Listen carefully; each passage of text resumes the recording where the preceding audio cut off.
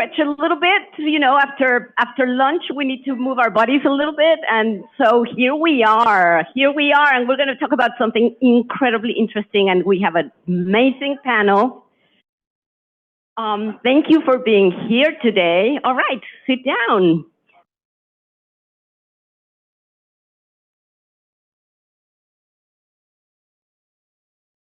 Everybody see me? Yeah. Okay. All right, great. Welcome back. Great having you. And we are going to talk about something that is incredibly relevant for everyone today, regardless if we like it or not. We are here in this historic moment, and we have the honor to have these amazing panelists who I'm going to let them introduce themselves with a question.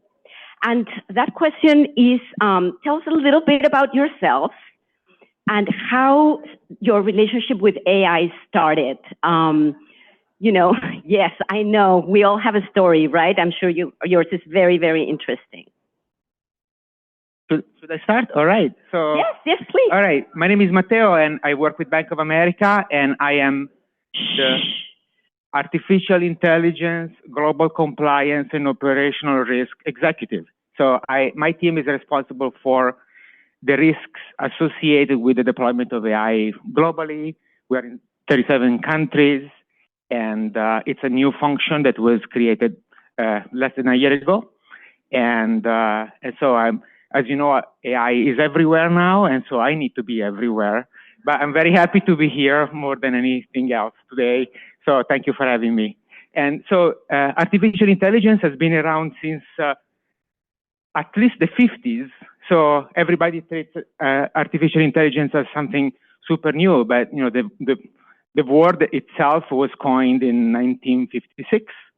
So it has been around for 70 years, and it has become more and more relevant now because in the 80s, someone came up with the idea of switching from an approach which was all based on programming rules into machines, the so-called logic, to statistics, letting the machine understand what matters and what doesn't matter. And that's why we call machine learning. AI is often referenced as machine learning. And so that was a little bit of a revolution that went through ups and downs. And now that we have more data and more computing power, then is something that is becoming real for companies, for people, communities, families, and so on.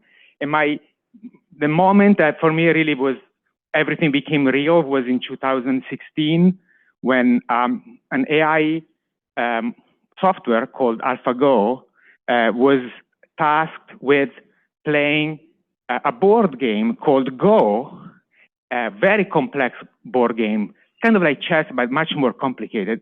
And the machine that was not programmed to do anything specific won against the biggest player in the world, and then played with 100 other biggest players and won every single match. And so that was my wow moment when I started thinking, well, we have a machine that can execute complex tasks without being programmed. It's not just an opportunity for automation, but also for more philosophical questions. I thought, humans and some of the animal kingdom was the intelligent one. Now we have some type of intelligence that is different from the biological intelligence that we are familiar with. And also we have machines kind of making decisions in a way. And I started thinking about it, and then later decided to write a book. And at that time, not so many people cared about artificial intelligence, but that book, then, I worked every weekend and evening for a few years, and then finally it was published. And so then, yeah, so. And it's what a book, and what a book. I read a little bit about it. And it's called Artificial Intelligence, easy to remember. and so then at work here at Bank of America, I started, kind of lobbying for a role such as the one that I have now, like kind of like a chief AI risk officer. It's not the true name, but it's kind of like that. And then it took a few years to digest the information, and then finally became a reality. So kind of like I saw it was different. I took the time to learn about it and kind of come up with questions and answers, and then now I get to run a very cool function for a global company. Thank you, Matteo. Very cool. So I have to do this little disclaimer. I do work for a federal agency. I'm a senior executive, but I am not representing that federal agency today. So now to the question. So I'm going to date myself, and I'm going to say, first and foremost, I am a geek. I'm a nerd. And so my first, when did I get connected with AI? It's going to be, those things that Matteo was talking about. I was building those things. So back in 1992, I was building code in a thing called Lisp, which is used for AI, recursiveness, and all these things. So it's been great, and since then, and that's actually how I met my husband too. I was running an international symposium of computer science, and he was an expert in AI and cognition, yes, back in 1992. And that's how we met, and that's how we've been together since. In terms of to AI, I agree completely with Matteo. It's not new, right? We've been using it. The difference is how we're using it today and where we're using it today. And then one of the most important things about AI is the trust that any one of us can put in it, and what are we allowing it to decide for us, right? Remember that AI is a tool like anything else, like your washer, right? If the washer didn't do a really good job the first time, you put it in again, right? But you make the decision, you drive. And so I think that what's happening today a lot is that people sometimes are either blindly trusting that it's going to make the thing for me work, or completely the opposite, that no, it's never going to be able to do it for me. And what I'm going to ask you to do is to think in the middle lane, right? You are in control, and you will always be in control. However, how you use it can completely and totally transform your life into positive if you know the hows, the whens, the wheres, and more importantly, with whom, right? The whys, yeah, you can do the whys, but who you are really trying to work this piece with. And the second thing, I am super, super into humanizing tech, right?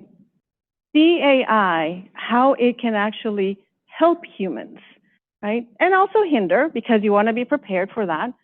But more importantly, humanizing that tech is going to be important for you and for those that you love and for those that you work for. So understand it, be prepared, be aware, and most importantly, explore, right? If you don't practice, it's kind of like that those training wheels in your bike when you were little. If you would have never hopped on it, you would have never been able to know how to do it. When should the training wheels come off? When can you actually transition from a bike to a motorcycle? When can you go faster? Same principle applies here. Thanks. Thank you so much. Thank you. Yes. We have been hearing a lot of fear around AI, right? And I think some of it, and I want your opinion, of course, some of it is real. And again, some might not be. So what are the reasons that we hear that AI is something to be feared? And what's your take on that? Yeah, thank you for the question. So I think about this every day, and I have hundreds of pages on that for anybody who's interested. But really, the driver, I think for the most part, is a little bit of confusion in the public that is coming out of different things. Like one is, some of the technology gurus that sell AI are always looking for new ways to attract attention. And so one of those techniques is to come up with very scary stories, right? So that they get visibility in the news. And also, I have to say also the press tends to do copy and paste of press releases without really reading the information or questioning, and then putting a nice image of a shiny robot, not while talking to about AI, like a shiny robot that is typing on a keyboard, which is a thing that a robot probably would never ever do, like, because it doesn't need fingers, right, to communicate with another machine, right? Or and so there is confusion that comes from different drivers. But I have to say that the fear goes away once you understand that it is a tool, as you just said, and it's really a prediction machine more than anything. It can give you an estimate of a cost of a house or some type of a score about something. And now with generative AI, can predict pixels to a point that you can generate images, or ChatGPT, if you ever use it, you can communicate, and it predicts word after word what is the most likely next word that is gonna look good from an end user perspective. So if I say, I wish you a Merry Christmas and a Happy New, so AI does exactly that. It says the next word should be ear, right? So, and this is really what the most important thing that people don't understand about AI, and it's statistics. It's a guessing game rather than a truth-telling machine. However, it's a very, very good guessing machine that can be used to automate a lot. And if you are a small business owner, then you are exploring the use of AI. Not only you can do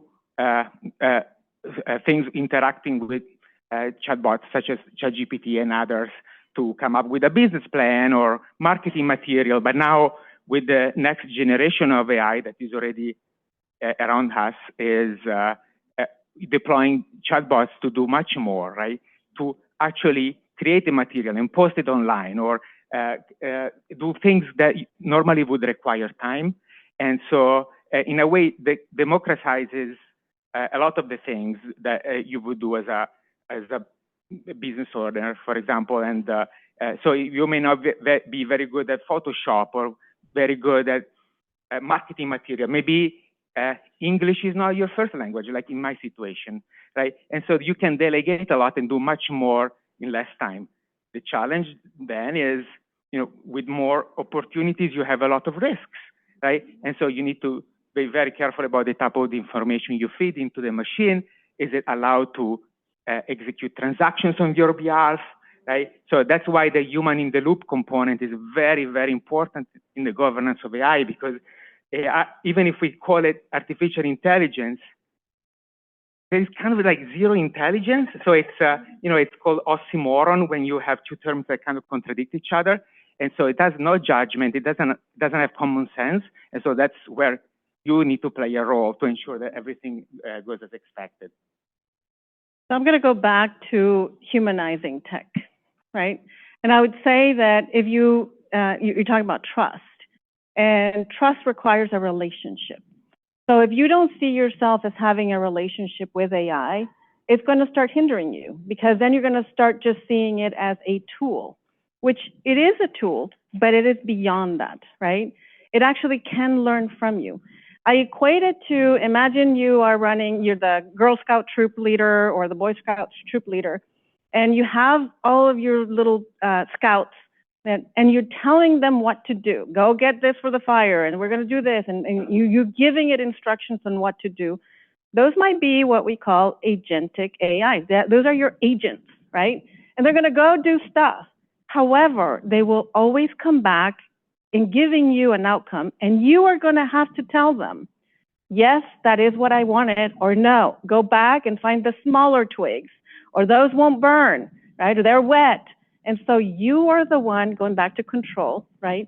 Because trust is going to be that relationship that you're going to be building with your agents, with just AI, the tool, or with whatever new product might come into the market, right? You have to build that relationship. You need to be familiarized with what is it doing behind the scenes. If you trust blindly, it's the same thing as if you were going to be giving all those little Boy Scouts, Girl Scouts from the little cubs and daisies, go and swim and rescue your friends, and you've never taught them how to swim, right? So make sure that you know what's happening behind the scenes, even if you just know at the surface level, right? Again, humanizing tech makes it more real to you as well, and understand what is happening there. And there come, see, the window washers again. So, but yeah, I think as you continue to understand and build that relationship, you will start to understand it. It will start to understand you. You can also be able to start telling it what tones do you want to use, how do you want them to execute, when you want to execute, where the output should come. But always, always know that what it does is because you've told it to do so, or somebody else has told it to do so. I'm also going to give you a little hack, because I know this is Hispanics, Latinas, when you are training your bots or your AI, whichever you want to do it two ways. One with your voice, with who you are and everything, and another as if you were a male. And the reason why I say that is because many of these have been built from a male construct. And I can tell you that if you were to ask it, how much should a project manager, and it's assuming that it's kind of like you, it will give you some ranges. However, if you ask it about an IT manager, for example, who's a male with some of these same credentials that you have, it will have a different answer. So know where the biases lie. Know who you are interacting with, because, going back to the relationship, it is the same thing that you would do with any of us. Do you trust us? Do you know that what we're saying is true? How do you know that what we're saying is true, right? Same thing applies to those technologies, including AI. And so I'm so glad you're saying that. I completely agree. And I think it's important for people to realize that those chatbots, right, are trained on material that often is not the highest quality around, right? So if you want to know how those chatbots have learned the languages, Wikipedia, which is not bad, Reddit, which is a site where people can put blogs and it's not moderated, right? And then transcriptions of YouTube videos. So those are sources that maybe are a very good representation of today's society, but in terms of quality, accuracy, the truthfulness, nobody's ever checking, right? So that's why sometimes you have this so-called hallucinations, right? When a chatbot gives you the wrong information. The other thing I thought, sorry for the comment here, the anthropomorphization, right? Treating a machine like a person. I completely agree. The more you do it, the more you have a risk of kind of pushing away the responsibility for validating the quality for the actions that are taken by the machine, right? So, and in fact, going back to the tech gurus, often they treat AI like it's a different entity. It's a software for the most part, right? And so it's easy to put. There is some benefit for some people to give the impression that chatbot has its own intentions and goals and dreams, but that's never going to be the case, and at least in the foreseeable future. I thought those points are very, very, very good, and I think we need to continue to reinforce that messaging. I love what I hear, because I think if anybody knows me, it's that I'm always emphasizing you have agency. We have agency, and what I hear you both saying is that we have agency. Artificial intelligence is there to help us, but we should never forget that we have agency. And I love your the way that you put that. So we have entrepreneurs in this room. We have people that are working for organizations, some nonprofits, some for-profits. If you are one person in one of these situations, what would be a few tools or things that they should learn, practical elements or views they should adopt right now that they could take with them today and then apply them to move on? I think, if you allow me, some of this fear that we hear when we read about AI sometimes freezes us. They freeze us, and there's like, okay, I'm just going to use ChatGPT basically, and that's it. So how should we move with AI and not paralyze ourselves? So very good question. So first of all, many times throughout our day, we use AI and we don't even realize it, right? So we wake up, we look at our phone, Facebook, the news, everything is driven by AI. You get into your car, navigation, AI, right? Even if you go to the doctor, you may have AI prioritizing, triaging new clients. So it's already in many places, right? And even when you run a Google search, like if you run a Google search, you may see results that are different from another person just because it's customized based on AI. The second thing I would say, going back to your washer example, that was very good. And so in my book, I talk about the dishwasher. It's kind of the same example, right?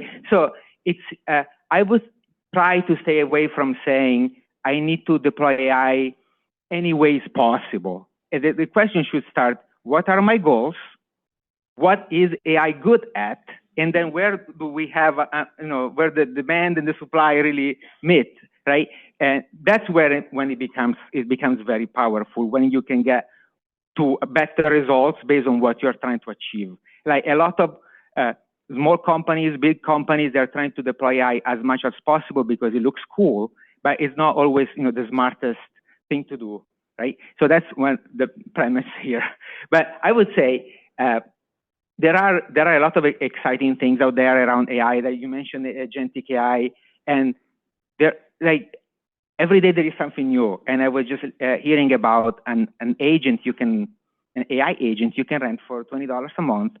And in theory, so the promise is that they set up the whole company, like they do the incorporation of your entity. They create the marketing strategy. They can drive business. They can find customers. They can even execute work without your direct supervision. So that's kind of like I don't think we're ready yet for that, but there are a lot of small pieces of that is readily available now, and it's really it's fascinating to see how much you can accomplish by using simple chatbots to automate things that that are time consuming or boring, or you don't have a lot of expertise on, and focus on things that require human intelligence and judgment and so on. I would just say, just the final thing to close is that especially when we get into the area of the need for precision and accuracy, always question what you see. And it's very tempting to overlook the intrinsic limitations of the tools at the same time, right? And so sometimes I like to say that AI should be used by people who don't need it, just because sometimes if you don't have the expertise to validate the accuracy of a response, then maybe you shouldn't rely on that tool to do something very serious, right? Such as running a business. So that's kind of the interesting part. But if I think it's gonna create a lot of opportunities for more people to get more stuff done quickly, more efficiently, but also it's gonna have more responsibility on us to use our brain, right? Because we'll get more stuff done by a machine that doesn't have intelligence, and so our intelligence is going to be needed even more than ever. That's kind of my view here. So you guys are going to be shocked by me, but I am way out there, right? I am like risk. It depends on what you are comfortable in terms of risk. I'm a lifelong learner and an explorer. So for me, there's something new, I want to see it. I want to see how it works. Let me see behind it, and how can I use it? And so there's companies that completely and totally run their entire marketing based on agents, and they love it, right? And they do the magnificent, all the campaigns, the emails, the messages, the everything, and it's absolutely beautiful for them. Great for them. So what I would say is, like, look for those. If you're interested in those type of things, look and see who's done this before. How can I learn that? Can I connect with them? And hey, right here, you're making connections with people who you never knew before. Same happens in cyberspace, and, there was a person that said, well, I don't know if I can send this to Oprah or not. And I said, if you don't dream for yourself, who will? Send it to Oprah, connect with her. Sure enough, they did, right? So you can do the same thing. Learn and take that risk if you're comfortable with it. I would also say that as you start to learn about these AI, not just a few components, you also should be educated about what it is. There's a lot of really great organizations today, MIT, Harvard, et cetera. They do courses that are 8 weeks long. Invest in yourself, invest in your learning, and see how it is. Don't look for the ones that are going to give you the practice of, and the theory, the theory of AI, right? And how you should do and the ethics around it. And yeah, you're going to learn those anyway, right? Look for the classes or look for the courses where it actually has a practice in it, right? And so, because in those 8 weeks, you don't want to just be sitting and somebody telling you what AI is and machine learning and an expert system and LLMs. And you don't need to know all of that. You need to know how you can apply that to your business problem, to your situation. How much risk are you willing to take? And then, how is that thing going to be trained? Because you may very well get out there and get like the same thing that company X got, but it might have been trained with data that you might not have or you might not want to have, right? So be prepared to understand how are you going to train your little AI agent or your AI environment, your LLMs and your machines.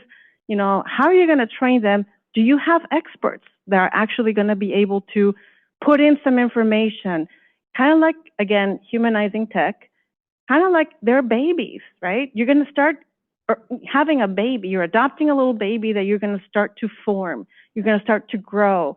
You might want to make him or her or it, however you want to call it, part of who you are or what you do, right? I do a lot of coaching and mentoring. I use AI too, right? And I have some of that for coaching. Some of you might be in health space for, how do you get better in terms of, diabetes.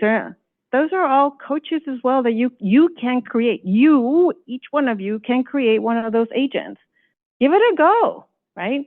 Do it in an environment in which you are happy, it's controlled by you, right? And that your information is not going to be leaked to a competitor, right?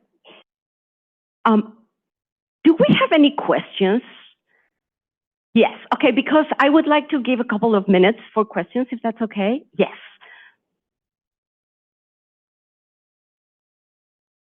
Yes, okay, great.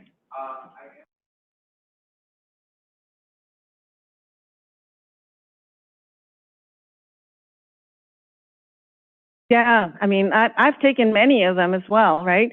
So MIT has some certifications, of course, but there are some like no code, low code, AI, and machine learning. That's a great course. I think that one is like a 12 or 14-week class. There's another one. So look at MIT, more of the education for continuous learning and executive education. They're really great, and they have some really good practice where you can start learning. So MIT, Harvard has some that are more business ones. So if you're a geek like me, you're probably going to think me. But if you go ahead. Are there any? No, not in MIT. Not. There's some other ones where you can start scouring. And like I personally took a lot of classes from platforms such as Coursera, where they get top of the line programs and then they make them available, and you can pay more or less depending on whether you're interested in the credits or not. If you're not interested in the credits, often it's free. And also some companies like Google, for example, they have their own training programs, and because they hope you're going to train yourself and then go work there. Let me say one thing, and I love these. I don't know how many of you know a platform called Kaggle, Kaggle. So Kaggle is like freebie, a lot of things. They actually have competition. And what's really good about them, some of those competitions reward you with $50,000 or $100,000. And, and you can do it in teams. Oh, we need to wrap up. But, look for those type of platforms.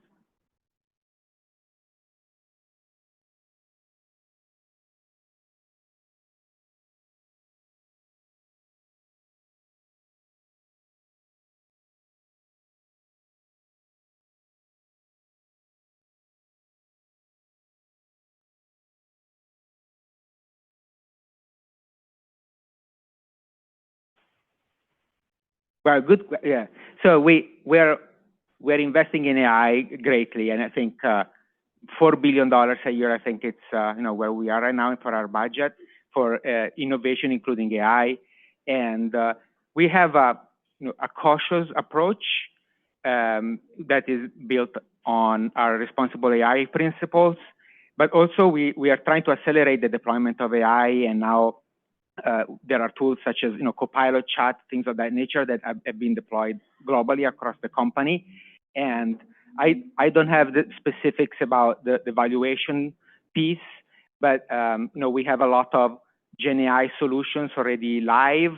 We spent a lot of time last year in proof of concepts, and now we have dozens of instances where they are in production, and we are continuing to accelerate and have several programs to help scale those while also having a strong focus on responsible deployment. And we have one more question over there.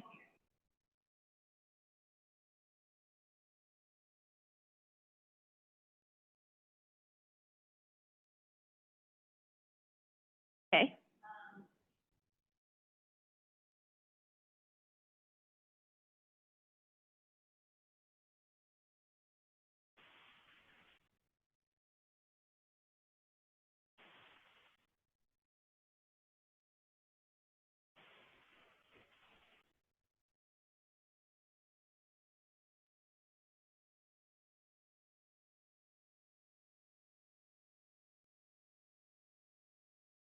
Absolutely. And you know what? First of all, I have this saying that says, that guides my decisions. Like every time I fight with reality, reality wins, and reality is that we can do a lot of things now without a designer or an agency.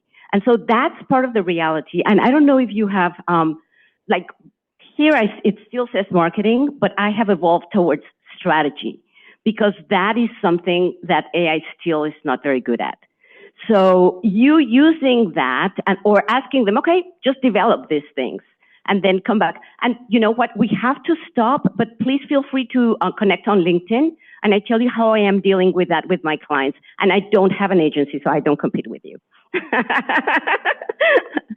And that goes for everyone. Please connect with us. We would love to support you. And this is what we love to do and why we're here. Thank you, United Latina. Thank you.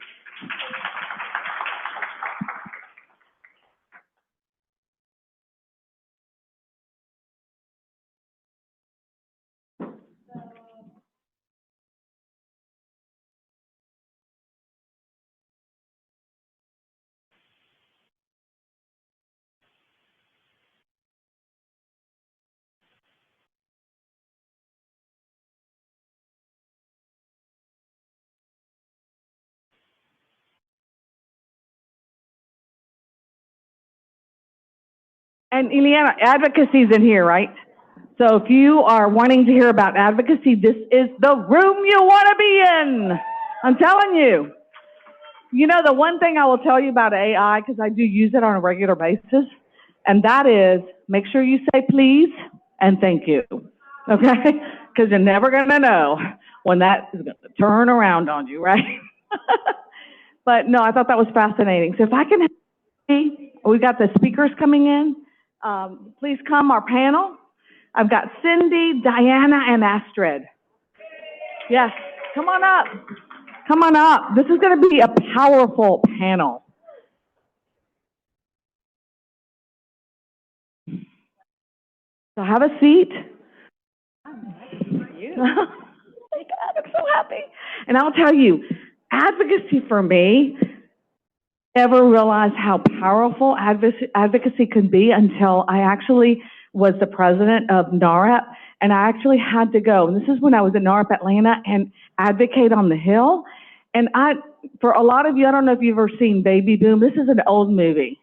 And when she is sitting under the seat and her legs are shaking, I was in front of our senator and I'm like, oh my God, but my legs are shaking because we were advocating. I had never done it in my life, but it was so powerful. And so I know each of you have such a passion for what you do. And so I really want to learn about first of all, tell us a little bit about yourself, who you're with, and then what made your personal voices want to get into advocacy, because I think that's really important. So I'll start with you, Astrid.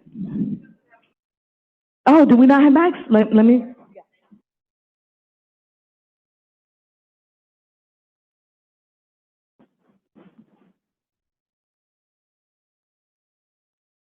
Push it up a little bit. Go up.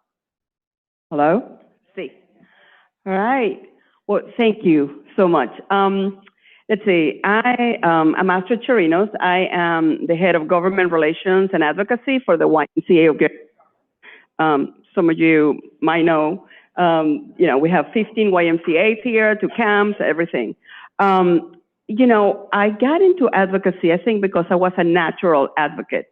I'm Venezuelan by birth, Charlottean by choice. And when I came to Charlotte, I've been in North Carolina almost 5 decades, but who's counting? When I came to North Carolina, I remember the first thing that people said was that I was Hispanic. I ate spicy food, that I celebrated Cinco de Mayo. And I was like, who is that person? Because I call myself Latina. I never ate a spicy food, and I didn't know what Cinco de Mayo was. So at that time, I realized that I was in a new paradigm. I lived in Raleigh, Durham, Chapel Hill, which is the capital, where I went to school there as well, and came to Charlotte 17 years later. And this was the Wild, Wild West. Different culture. This was a business culture. Raleigh, Durham was research, academia, government.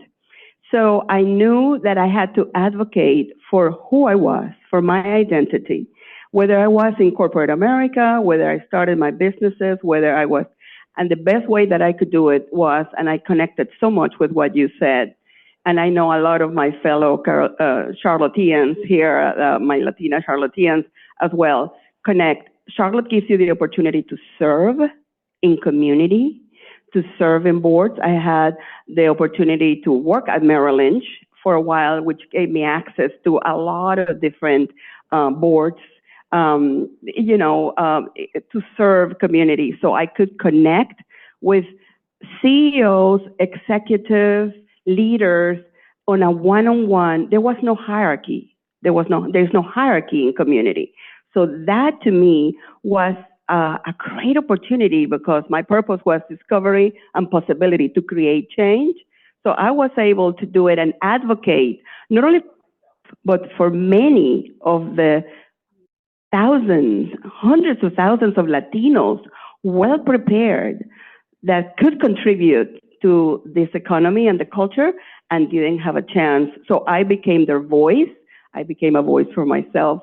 And that's why I was a natural advocate, that now I'm doing it, it's a profession. And you're getting paid for it. That's always really and nice, you get right? paid for it, yes. And I'll tell you, the YMCA is probably one of the best organizations. I was a Girl Scout leader, and of course we use the YMCA camps with our Girl Scouts because of the phenomenal services they offer. So again, great work, Astrid. I think that's amazing. How about you, Diana? Tell us about what made it so personal. What made you want to do this work? So I grew up in the border town of Eagle Pass, Texas. I'm here from Austin, Texas. My name is Diana Maldonado. I am a former Texas state legislator. I was the first Latina and the first person of color. Now that you got it, right? You got to give that.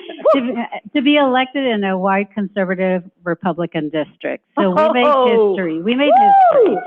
Prior to that, 2 terms on the local school board, and prior to that, almost over 2 decades in state government at the state controller's office. But being that Latina from a border town, I saw changes, I saw disparity, and I knew one day I would grow up to be in a position to be able to help others, especially in the space of public education. So that's what prompted me to run for public office. And now as the founder of Candidate School, where I help build a national pipeline of first-time local candidates to public office, the work is so important now to have those voices, those leadership skills and qualities to be able to make that impact to the discussions that we had about our GDP, our consumer of investment. And one arm that really is needed is to have that public advocacy to elected office. I mean, isn't that impressive? I think it really is. And I really honestly know that our voices make a difference. We need to use that power to make it a better place for all of us. So thank you for what you do. And before that, I wanted to share that I have a bestseller, The Unlikely Candidate. Yeah. So it's on the table. You can, do the QR code if you're interested in it. But again, it's telling the story and having the voice to be able to say that you can be this person in some form of capacity to be able to lead your community and your nation. And it's going to make an impact. So again, thank you for sharing. And then Cindy and I had a chance to kind of connect a little bit before, and I'm so impressed with what she does. So Cindy, tell us a little bit about what made you want to do what you're doing today and what your organization does as well. Gracias, Teresa. Primero que nada, buenas tardes. My name is Cindy Marisol Maria Magdalena Benavides Villera Niño. ¡Qué lindo! Woo! It did not fit on my social security card, so my parents had to cut it. I am formally undocumented. I am a proud Honduran American, and I want to center this and first pay homage to our elders.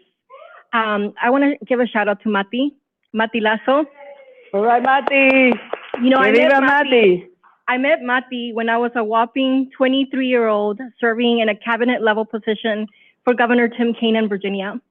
And people like Mati said, Mija, Cindy, we're in this together and we're gonna make things happen. And she was here in Charlotte. True story. So thank you, Mati. Right, Mati. When I think of centering voices, right, and what really led me, Teresa, to your question, into this work, I remember as an immigrant, being in stores with my mom and speaking in Spanish and people saying, go back to your country. I remember my mom cleaning houses and being seen as invisible. I remember how there was no dignity or respect shown to our community. And so although I was a very timid nerda, love books to this day, I carry one with me everywhere, and an introvert, I realized that I had to use my voice for my community.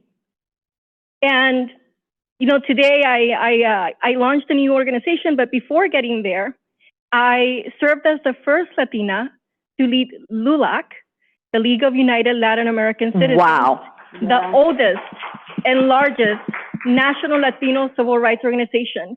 The first Latina millennial woman immigrant in 90 years. It took 90 years for a woman to be at the helm of a civil rights Latino organization. Wow.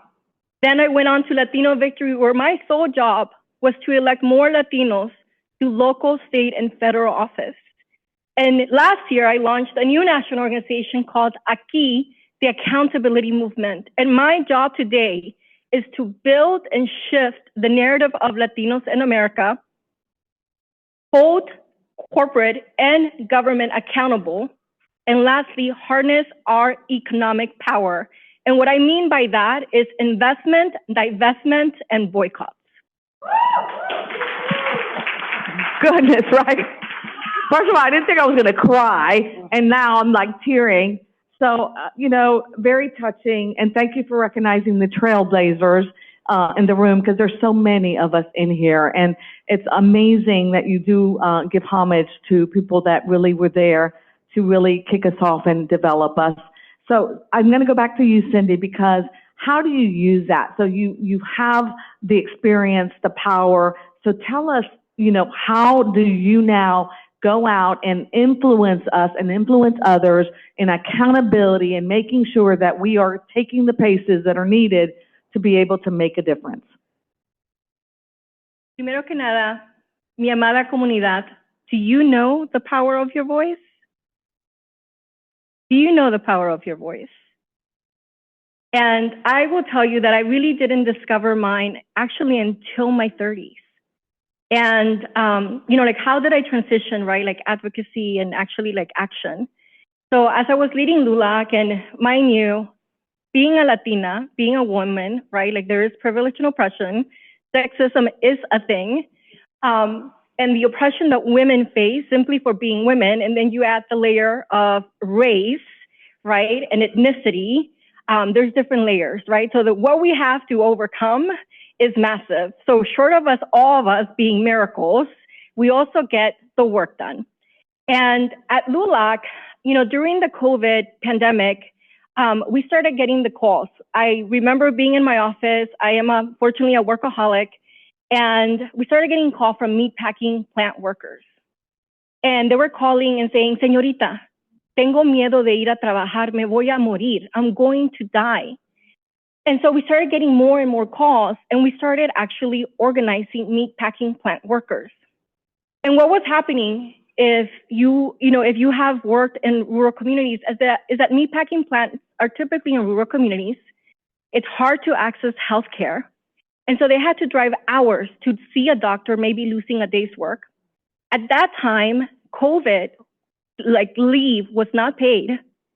And so what we did was go into the plants after signing many NDAs, have focus groups with them and discussions. And what came out of the pandemic is that LULAC helped to organize paid COVID sick leave for meatpacking workers. What started at Tyson Foods went into Smithfield, went into Cargill, and other companies started to adopt that. What happened is that they started having health professionals on site, because every shift you have 800 to 1,200 workers. And then what happened is that they signed MOUs with daycares because the children of meatpacking workers were being turned away simply because of where their parents worked.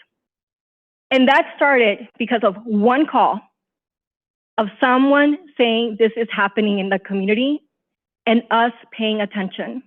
And then one second thing, Teresa, because I want to make sure I also I understand it's only 30 minutes, is who ever heard of Soldier Vanessa Guillen? So Soldier Vanessa Guillen was killed while serving in the military. And her mama, who I call Mama Bear, would call to ask and see what happened with her daughter. Well, what happened is that not only was she raped, she was killed. And so what led from local activation from our local members to national activation is that we called attention to this. We opened up a hotline, and what we discovered was that almost 1 in 4 women are sexually assaulted in the military. This all led to the I Am Vanessa Guillen Act at the national level. So this is what the power of combining your voice with action can do, not only in your local community, but nationally, impacting millions of people. First of all, I'm speechless, right? Right? The stuff that the one call, right, made, and the domino effect of the change that happened because you cared. You cared. And I think that's so beautiful. Diana, I will tell you, one of the things that I cannot believe is the candidacy that you have been in, right? Because to run for office, do y'all know how you're criticized, how everything you're under a microscope. So I know that you've done that. So impressive, and what you do now and helping others. Talk a little bit about more, because what do you give advice? We have a friend, Magda and I, Eva, that is on our national board, who's running for office in Nashville, Latina, powerful. And so, we're supporting her. So what is it that you need, and advice that you would give somebody that wants to do that as well? So I was born in Lubbock, West Texas, but grew up in Oklahoma. And to your point, meatpacking, my father was a meatpacker. I came home from school one day. I was crying. My brother, 4 years older, y mi papá le dice a mi hermano, ¿qué le pasó a Diana María? He goes, well, she was playing with this little girl, but the mother told her that she couldn't play with brown girls. And while I don't completely remember that moment, it was still a framing moment for me, because I knew that education was going to be the pathway to equity, to voice, and to opening up opportunities. So through my formative years, that's the curiosity that education took me into.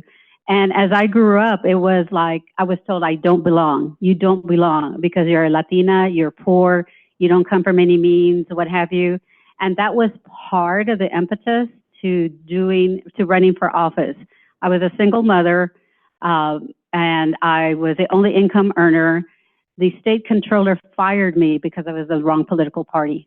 So here I am still moving forward to run for office because I knew that running for office in the state legislature was something bigger than me and that will be bigger than me long after I would be gone. So in that time, I did secure almost $16 million for higher education. So instead of first-time generation students coming down to Austin, I passed an authorization to build a facility, so to bring education to the communities.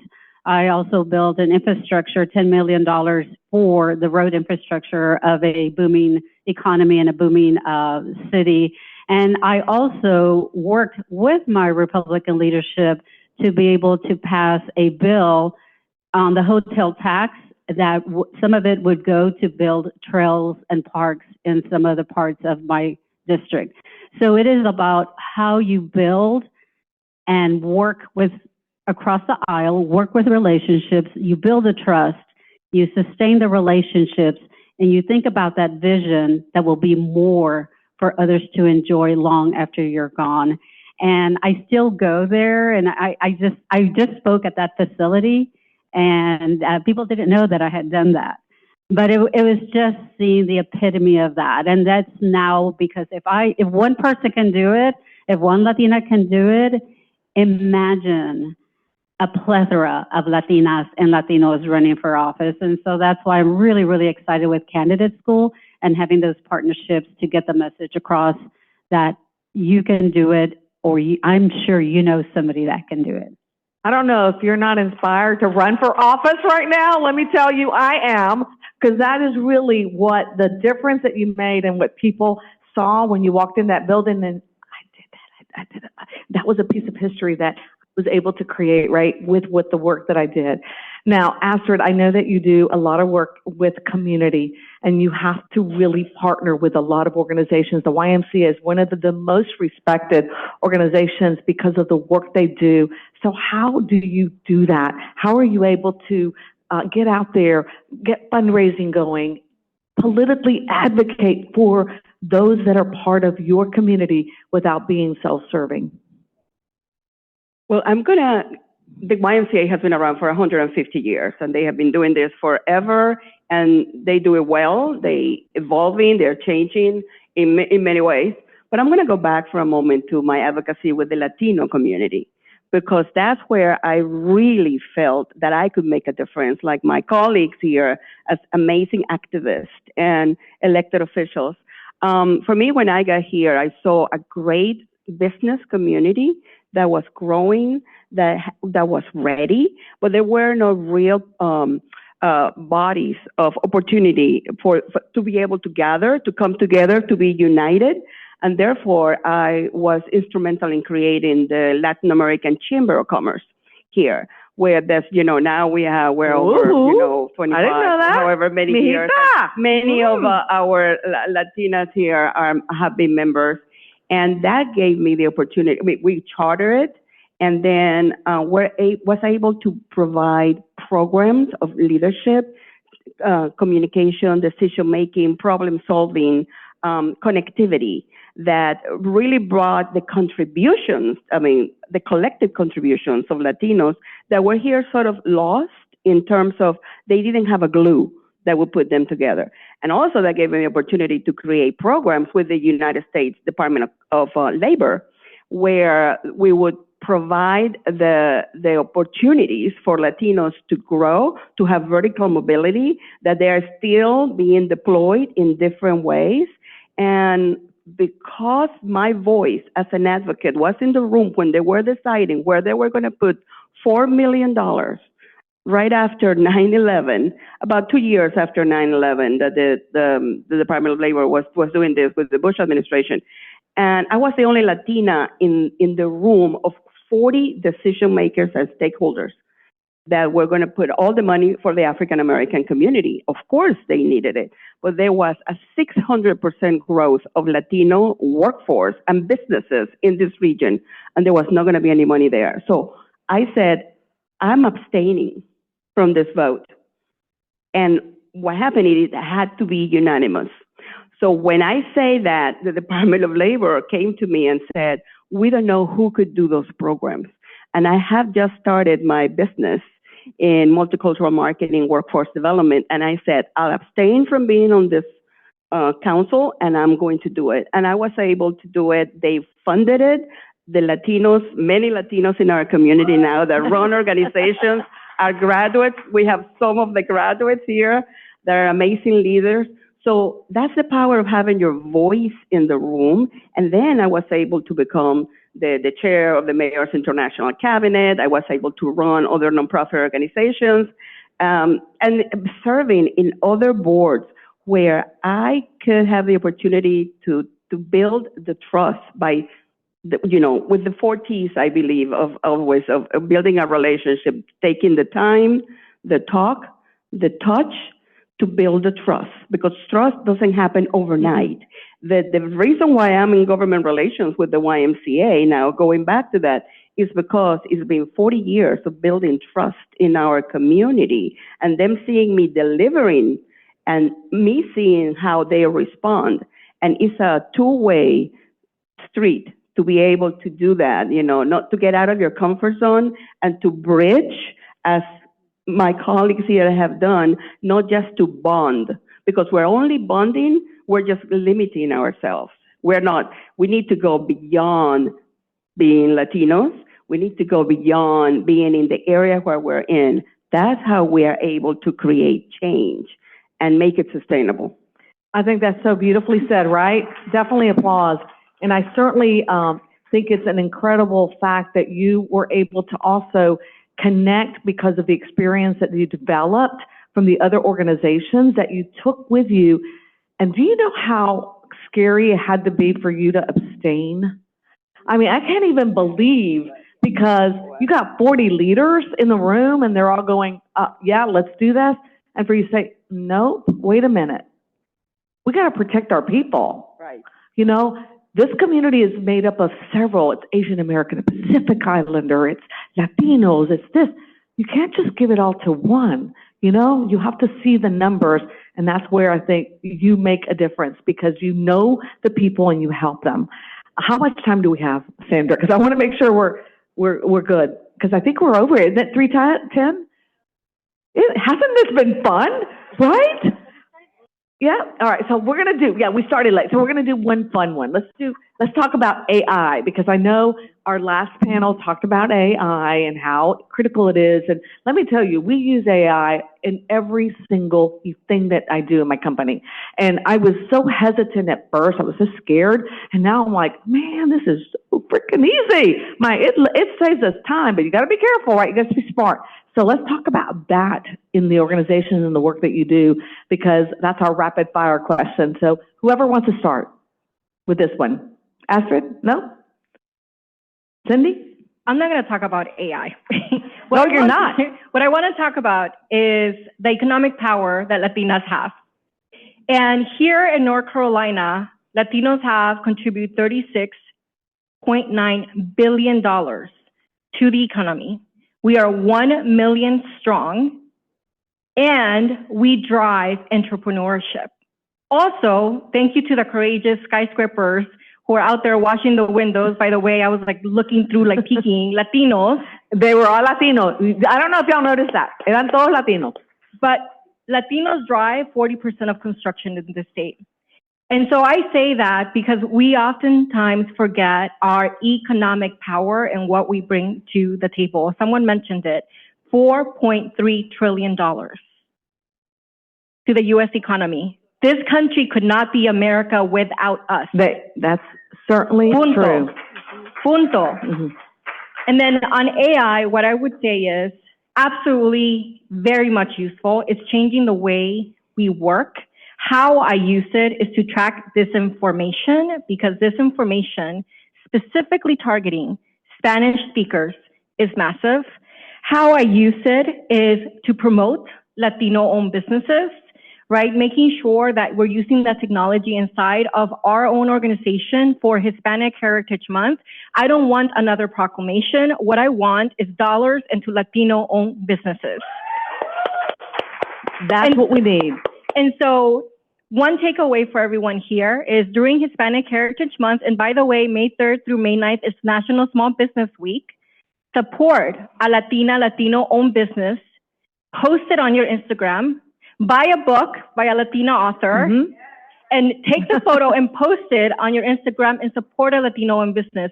And then the last thing I will say is, and I am a heavily faith-centered person. Faith is what guides my work.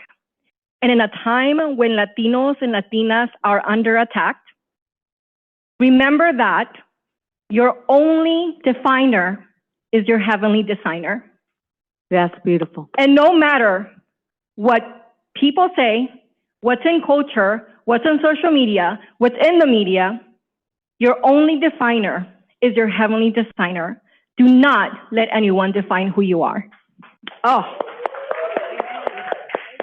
And I know that part of that AI question is on the social media. So the data that you gave, the information that each of you are providing here, we need to be blasting that in social media. And we don't. We don't do it. So again, I think, Astrid, you had something. Thank you for that question, because I think about it. Definitely AI is a tool. But it is a tool like it was when I remember I was using PCs and Mac came around, and how the internet came around, all of it. It's a tool. It's a tool. It's not an end. It's a means. For me, I'm more interested in EI, in emotional intelligence. How are we going to be able to connect better and engage and build community through our convictions, our confidence, our collaboration, so we can build community? I think it's great. I stayed in the last one because I wanted to learn more. I'm also a lifetime learner. But I just think that we need to make sure that we do not emphasize something that is called artificial intelligence. For me, is very suspicious. And I have no problem saying it. I'm not concerned about, people judging it, but I think we need to align our emotional intelligence with our artificial intelligence so we can really make educated decisions. We can really be in the 21st century. Otherwise, we're going to start going into a tactical environment, not being strategic, not really seeing people for what they are, but what they look like or what somebody has said, it being very associative in every way. So yes, it is a tool. I'm going to use it. Like I use the internet, I use some social media, because you cannot believe that. But we really need to understand how to discern. The discernment part is, to me, the most important, and that comes with emotional intelligence. Oh my God, that's so insightful and so true. And Diana, I'm going to leave it with you. Anything else that you want to add to this conversation? Yes, I'm going to piggyback a little bit what Cindy said, because after election, after being in public office, I worked for Morgan Stanley. Again, 3% of women being in public office, in the financial industry, and then even less as far as a person of color. And I think the economic driver is always what I'm paying attention to in doing the policy work and doing candidate school, because while you may be the best entrepreneur, what are the policies and what are the lawmakers that are doing the policies and legislation that will help or hinder your progress in that? And so with candidate school is that I am using artificial intelligence, because it always is about staying relatable and relevant to your community, near, far, and even to the horizon of people and groups that you don't know. So by you starting with yourself first, using the tools and resources as artificial intelligence is bringing to the table. I do geek out on these thought leaders and Bloomberg and what have you, because I think it's important that my business grows in relation to what the world and community is doing. And I will say this, that I am doing a focus group. And I really want to learn and hear from you as I'm building out candidate school. So I do have on the table, but I would love to hear from you, and you can pitch back or what have you. But I can give you my phone number too.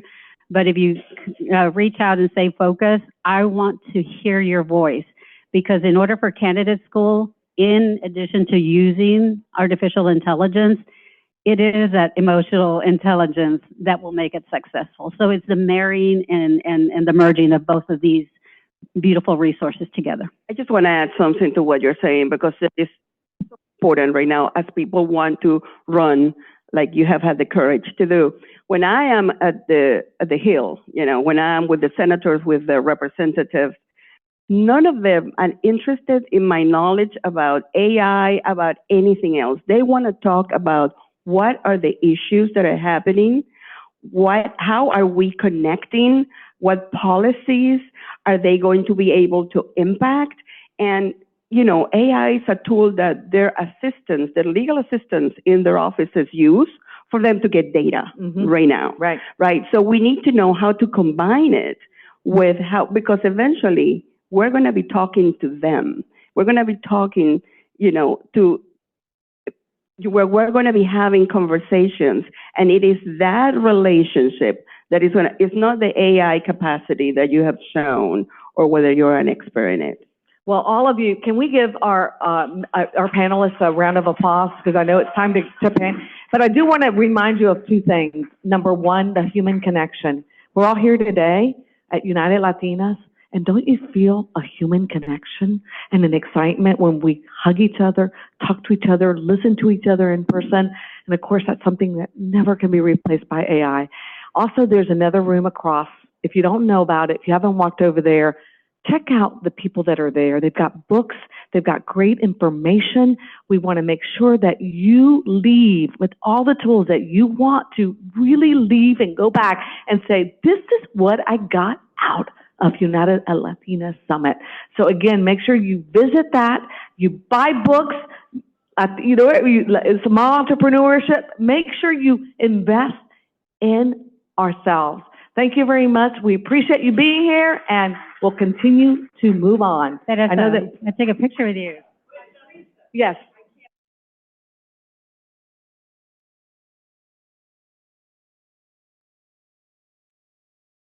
That changed lives.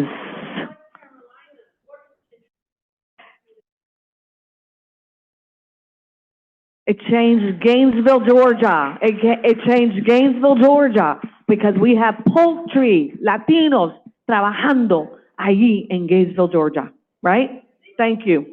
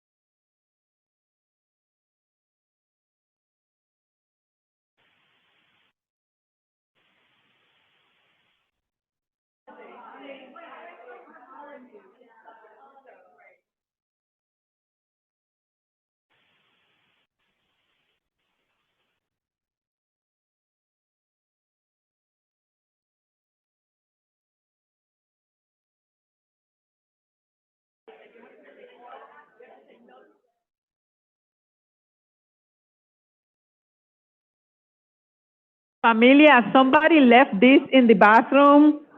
So if, oh, you did. Found the owner.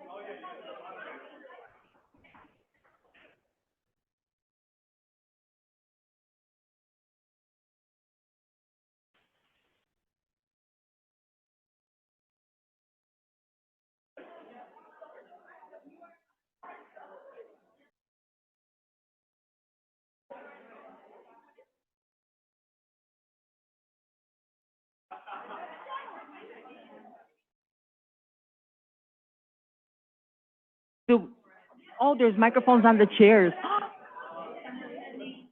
I'm gonna go on the end just for the sake of the color. Yes. I'm gonna go on the end just for the sake of the color. Okay. I'll put you in the middle. We're under our picture.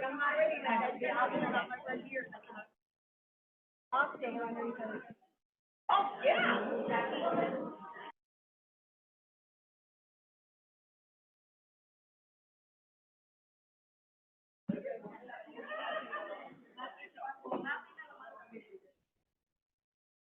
The microphone. Here you go. No. Oh, no, right here, right here. Do you have one? No. What's back there? Mic check, 1, 2, 1, 2. Check it out.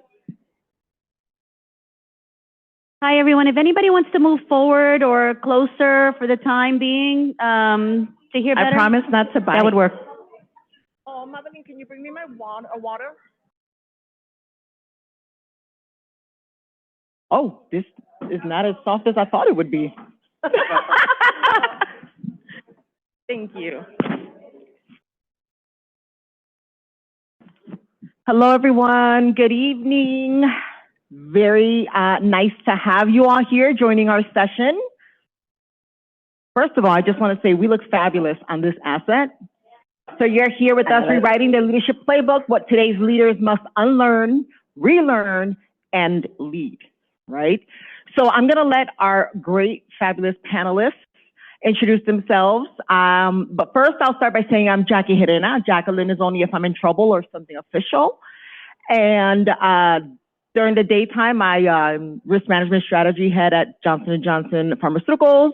And in my afternoon, evening, free time, I sit on different boards for women empowerment, next generation, and also coaching. So I will pass it over to Melanie. Hello, hola todos. My name is Doctora Melanie Rodriguez. Hey. I tried to fix the slide in the other room and I broke the computer, so I'm not going to do that here.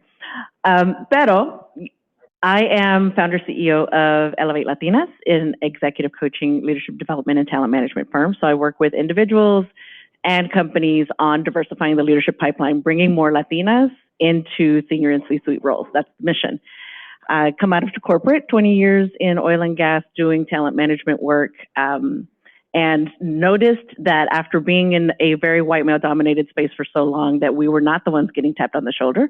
And a lot of that content and knowledge and skill set really needs to come out into the world. So now I spend my days working with Latinas in one-on-one group coaching, and then with companies in helping them to update what their leadership programming looks like around that. And similar, I spend my nights in philanthropic work, because we all do. We love these things, right, with different organizations that are very passionate about. And I have 2 kiddos, teenagers. Whoever was asking for advice on teenagers earlier, please share. Because I have a daughter who is 15, just got her driver's permit. Please help, send help. Doctora Melanie needs an SOS flag that she can throw up. Yes. Next, we have Refugio, and I wanted to say his full name because I think it's fabulous. I want to roll my R's. Refugio Atilano. Yeah, thank you. And I also by Ref. So yeah, just wonderful to be here. Thank you, Sandra, for inviting me.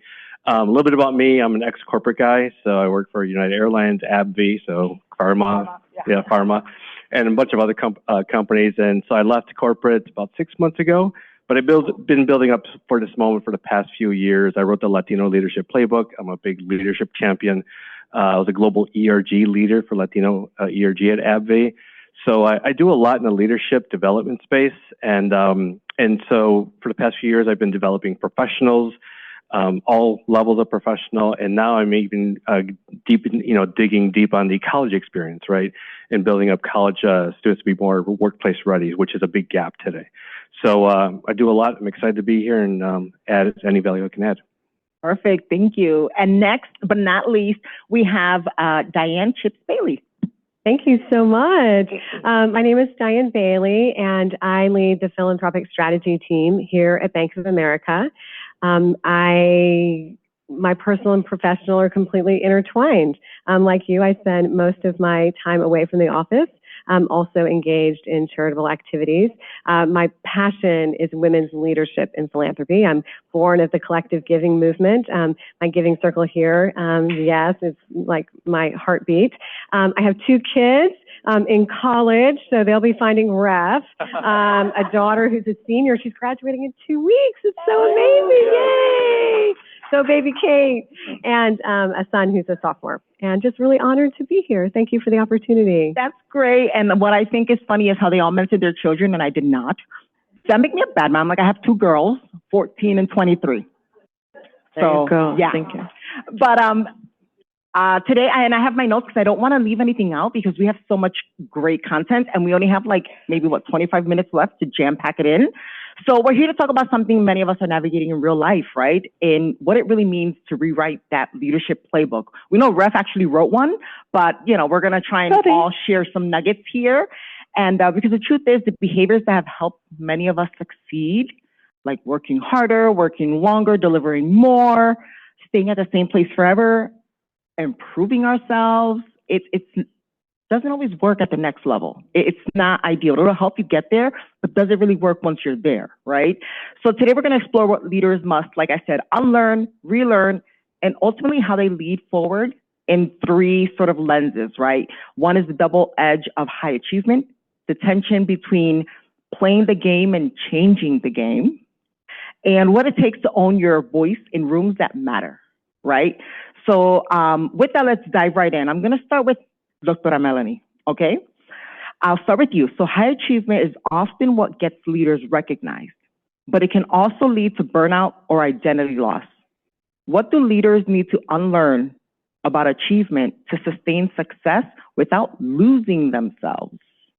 That is, I think, a huge question because particularly as Latinas, we're born in that mentality of put your head down, work hard, right? And do all of the things. And even as, I would say, leaders across the globe, you are often told to be a high achiever, to be somebody who stands out, You have to raise your hand for those special projects. You have to do extra. And yes, a lot of times finding that extra to do is important. I think the distinction is really in finding the quality work where you can have the most impact without churning too much. Oftentimes I ask leaders, what do you want to be known for? And, when they start talking about, I want to be seen as a strategic thinker, and then I ask them, what kind of things do people come to you for? Like, why do they come to me to help them on this project and to execute este y el otro? And we talk about the difference between they ask you to help on this project as special work to churn out work and do something. They didn't ask you for your strategic perspective. How are you going to change that narrative? I think that the differentiator, again, is it's really about how am I standing out in a way that is going to make me seen the way that I want to be seen as a strategic thinker, as a power mover, and not necessarily as somebody who's there just to turn stuff out and be the helping hand. I'm not the help. I am the strategic thinker and the strategic partner that you need in that thought partnership. Yeah, wow, that was great. It's sort of how do you shift the way folks see you, right? And building on that, so Ref, I'm going to come to you. Where do you see high achievers holding on to patterns that once drove success, but now limit their ability to grow into the next level of leadership? Yeah, I want to comment on Melanie's because I know she talked about you want to be known as a strategic thinker. One of the things I do is I'm a big whiteboarder, so I would invite others, especially other senior leaders, to whiteboard with me. We'll talk about strategy. So the more you kind of exercise and practice and showcase it, the more they'll invite you into their office to be strategic thinkers. Right now, all of a sudden now you're whiteboarding in their office, and it's like, oh, Ref or Melanie, or, were you there? That's a strategic thinker. We want to pull them into a different discussion, right? So start practicing, right? Start showcasing and start amplifying that. But to go back to your initial question, I want to take it like in the direction of focus. To take your game to the next level, and there's so many ways you can go with this, right? For me, it's very big to develop other leaders, period, right? We talked about high achievers. I assume a lot of people in here are very high achievers, right? We're very experienced and we're doing well. But if I asked you how many leaders have you developed over the past year, how many mentor or mentees do you have, or sponsees do you have, and what are you doing to develop them and showcase them and amplify them? I'd be interested to hear that. I'm not going to put anybody on the spot, but that's where my head is, right? That's how, it's not about us here, it's about us, right? And so we all have work to do when it comes to it. I'm extremely passionate about developing leaders, so I literally personally develop hundreds of leaders a year, right? That's very important to me, but that's my path. But whatever path you're on to take your game to the next level is develop leaders.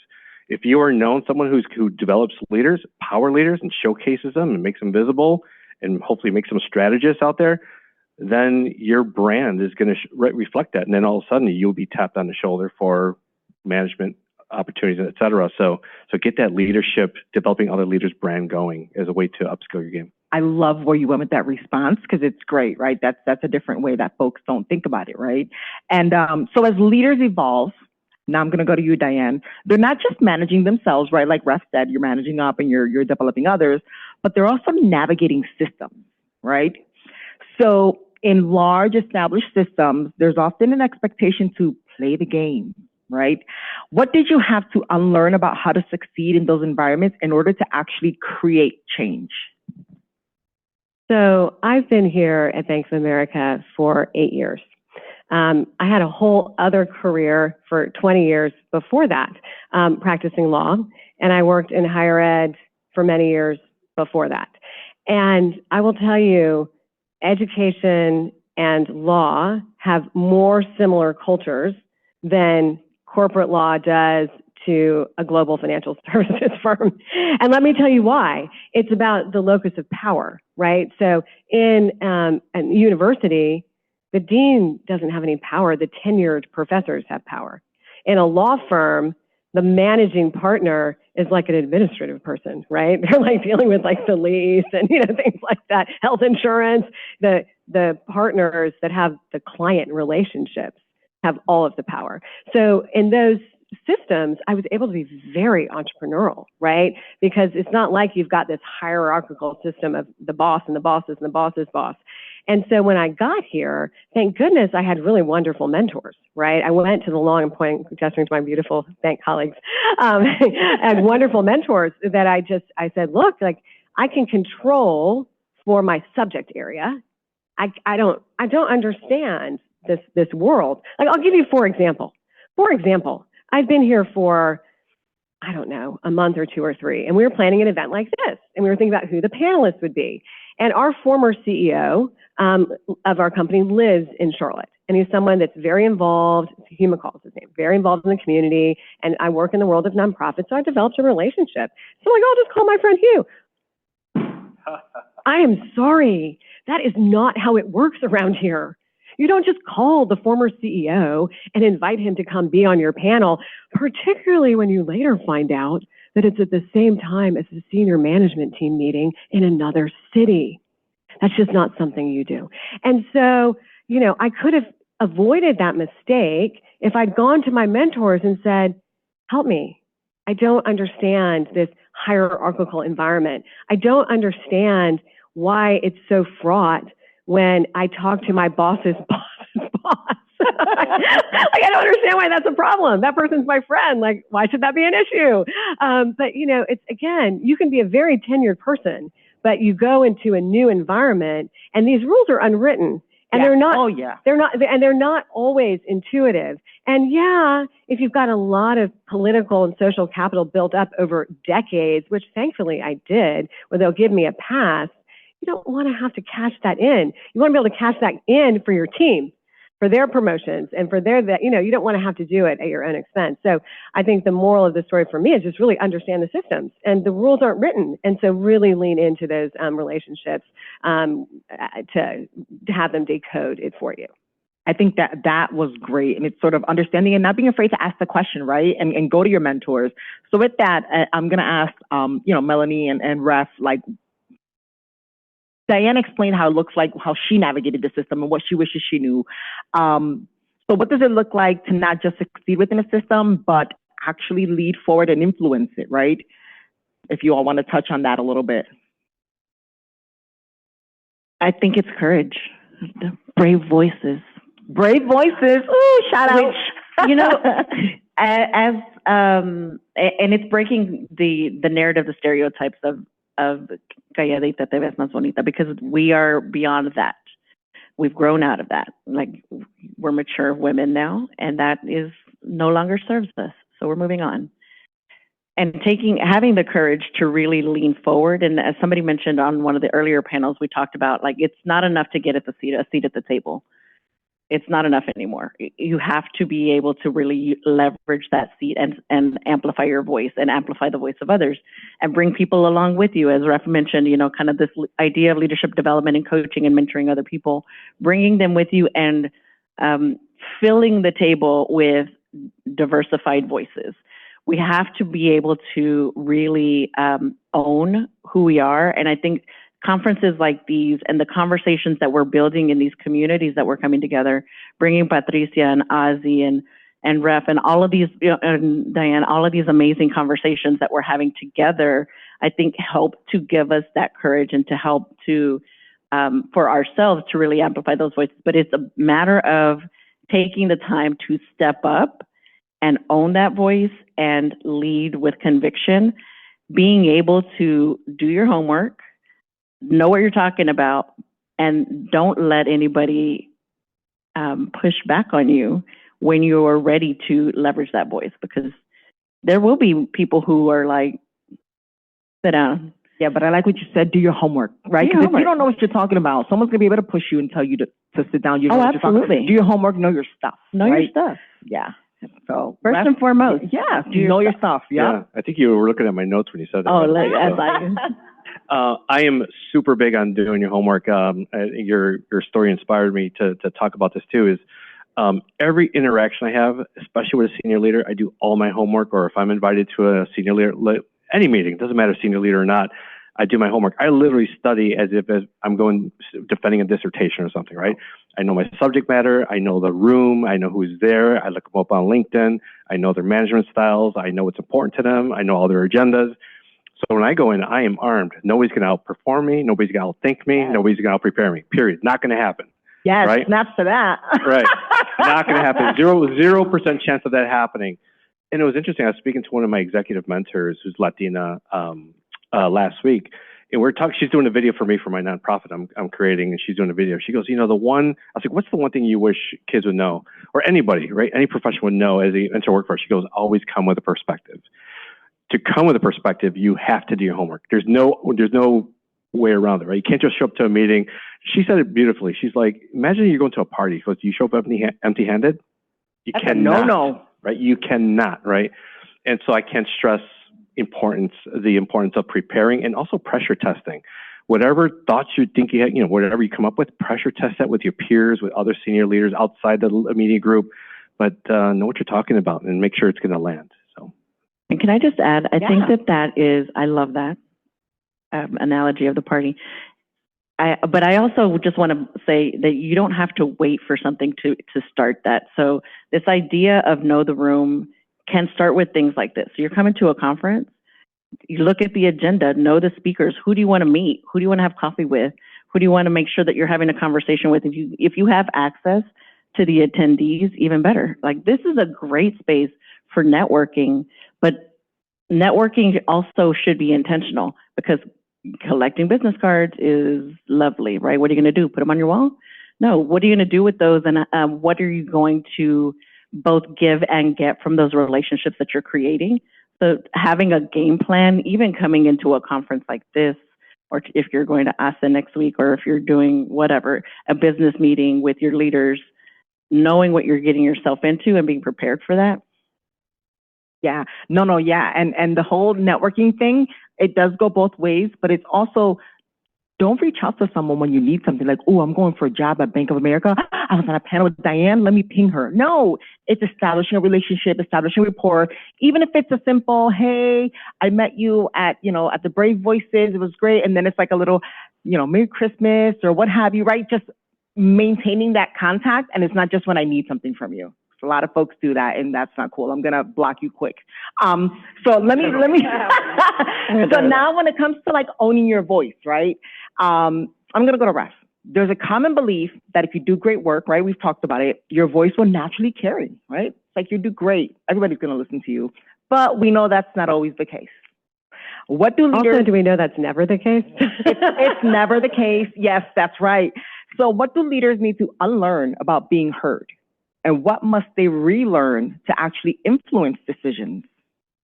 Yeah, I think my prep, that whole thing was meant for that.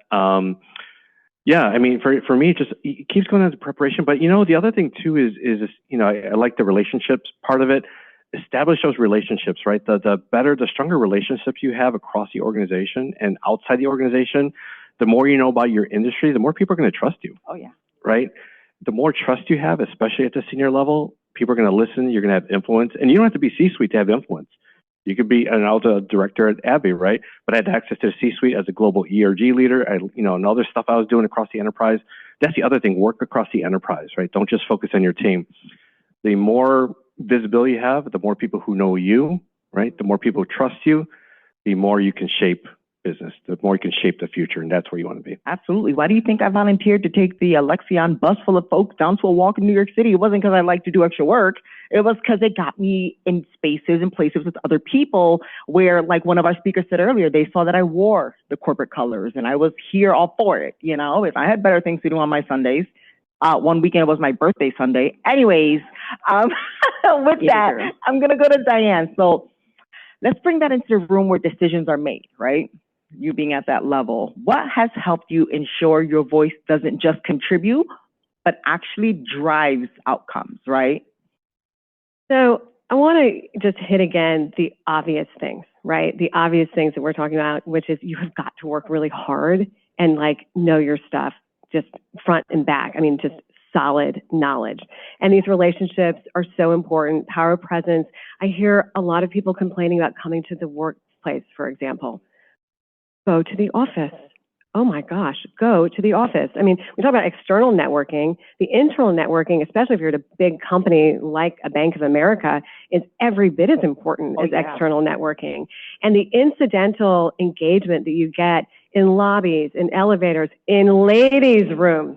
Yeah. I mean, all the magic that happens in the ladies' room. We're washing our hands, we're talking in the mirror. I mean, magic. And make sure that you're giving a little bit of yourself. You know, I mean, people want to know that you're a whole human, that authenticity around your family, your hobbies, your whatever. You know, I know some people are not comfortable bringing their whole self to work for various reasons, but as much as you can, really do that. So with all of that, you could walk around thinking you have to be perfect all the time. And what I really want you to know is stop with all that madness, right? I mean, in my faith tradition, any illusion of perfection is also quite sinful. Right? Yeah. And so, you know, you're going to say things in the meeting that maybe don't land, and you could beat yourself up about that, but don't. I mean, learn from it, move on, and especially for all these high-performing women in the room, like, I can't use profanity. I wouldn't anyway, I don't think, but let that poop go. That's right. Let the poop go. That's the quote for this room. It's interesting how you what you said, because it's true. It's like coming into the office, like, oh, I'm a remote employee, right? I work from home, but I go to the office at least once a month, twice a month. And it's like you said, it's those chance encounters where my colleagues are like, well, how do you know the chief financial officer? I said, because when we were standing in line waiting for our salad, I was like, oh, I like your shoes. And you are a real human. And now I have a connection. How did I get a meeting with the SVP, you know, who's 2 levels below the J&J CEO? Because I commented on his blazer and I love his fashion sense. And he was like, you're the girl with the bright blazers too. Mind you, I don't even go to the office every week like everyone else. It's just being real and being human and knowing and being intentional about having those chats.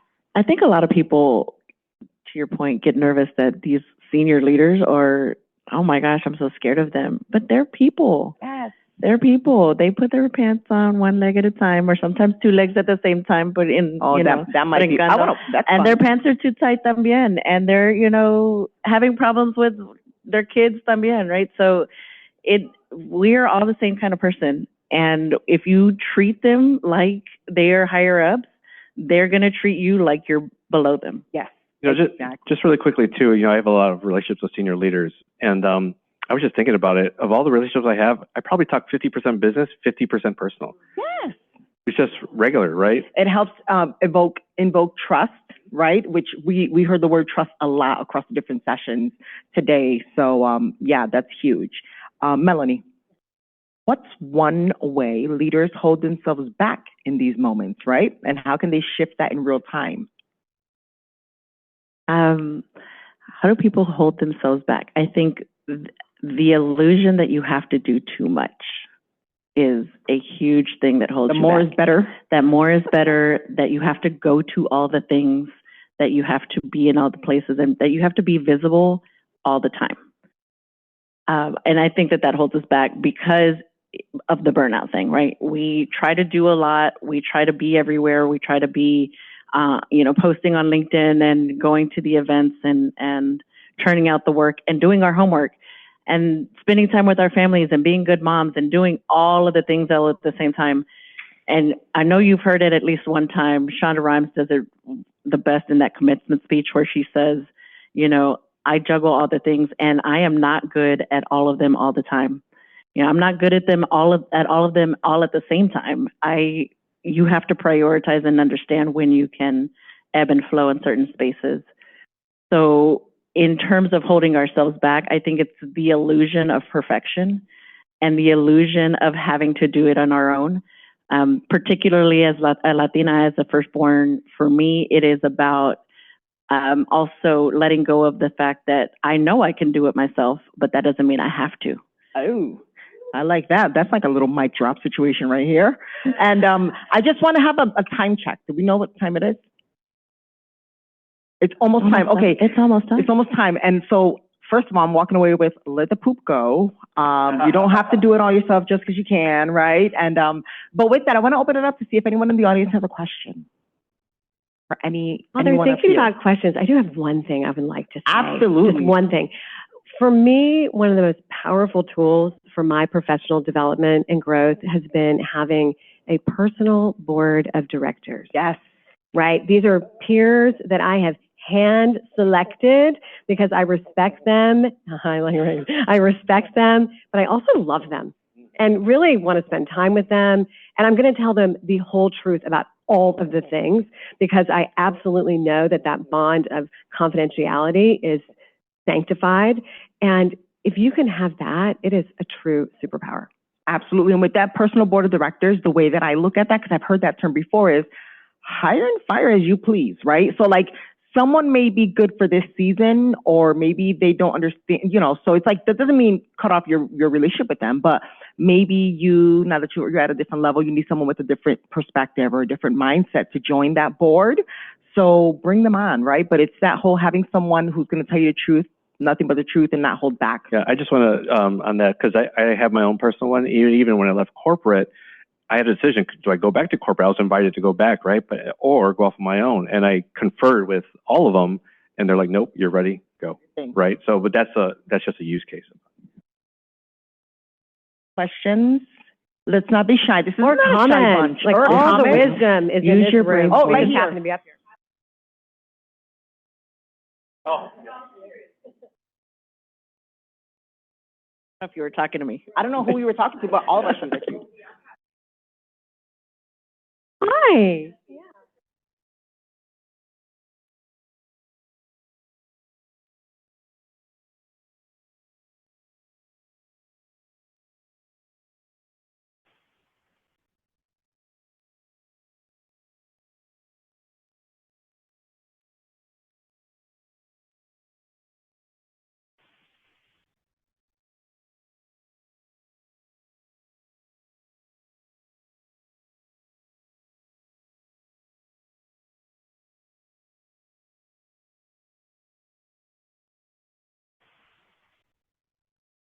Round of applause for Pat. She just nailed it. Bam. Paying it forward. And then one funny thing is, I know you said like, you know, getting a seat at the table, blah, blah, blah. I joked once. I don't know what corporate boardroom I was in or whatever, but I bring my authentic self, but I can tone it down when need be. But I said, what you mean a seat at the table? I was like, I don't need to wait for a seat. I'm a mom. I got like a folding chair in the trunk for soccer practice. I'll be right back. I have my own chair. You know, like I'm not going to wait for someone to pull out a chair. I'm going to bring my own. So yeah. Oh, right here.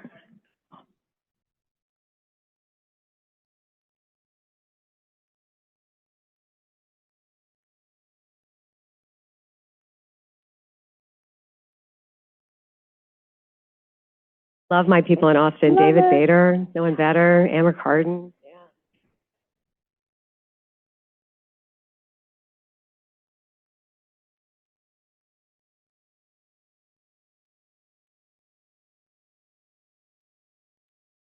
Let me tell you how we do it.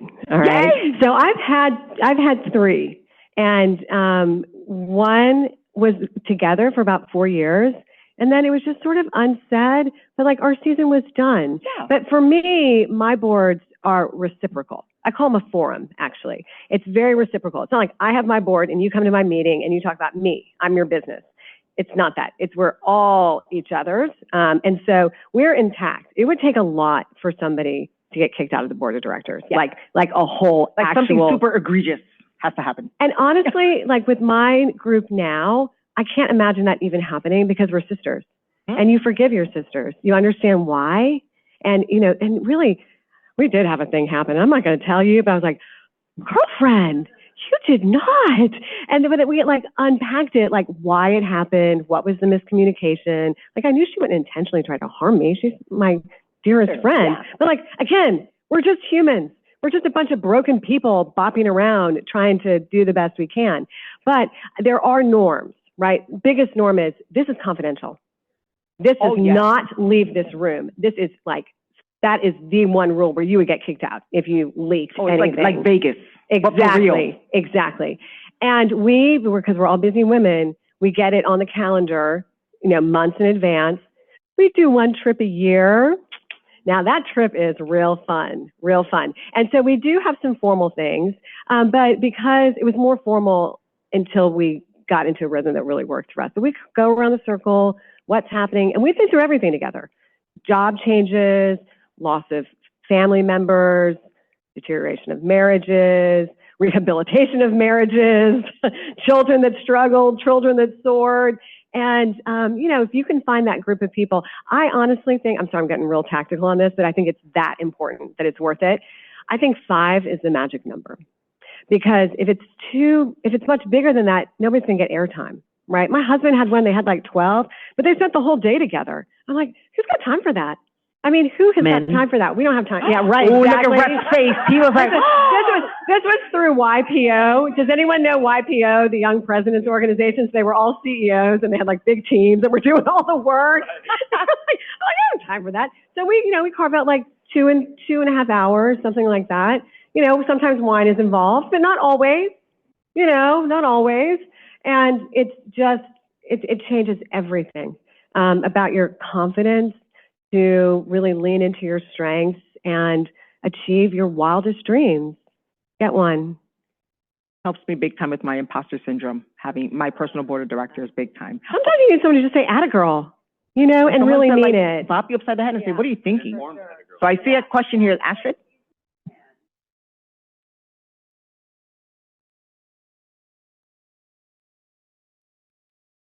I have my word. I consider myself a servant leader.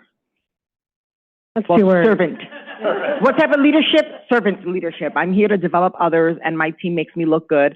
And it's not about me. It's a us. It's not an I. It's a we. And that's just my strength. Like Ref said earlier, if I'm not developing, then what's the point? You know, I have team members that are now colleagues at my level, and that makes me so happy. I love helping other people achieve their goals. I mean, that is where, if I go back and I pattern match everything I've done in my career, my greatest moments is when I've been kind of behind really encouraging people to do things they didn't imagine they could do. For me, it's all about impact, 100%. It's got to drive impact for business, career, growth, others. Impact number 1 by far. I'm trying to think of a word for amplifying. That's the word. There you go. That's the word. Amplifying, but that's amplifying leadership style. I don't know if that's the word, but We're gonna make it one. It is amplifying work. It is amplifying my work. It's amplifying your work. It's amplifying good causes. It is making sure that we are amplifying our story so that we can share the story of our impact. I think that's a great way to end. And I want to thank our fabulous panel, Diane, Ref, Melanie. Thank you all and have a great rest of the conference. I've been talking here all day. Just saying. We all have Thank you. Yes. Wonderful.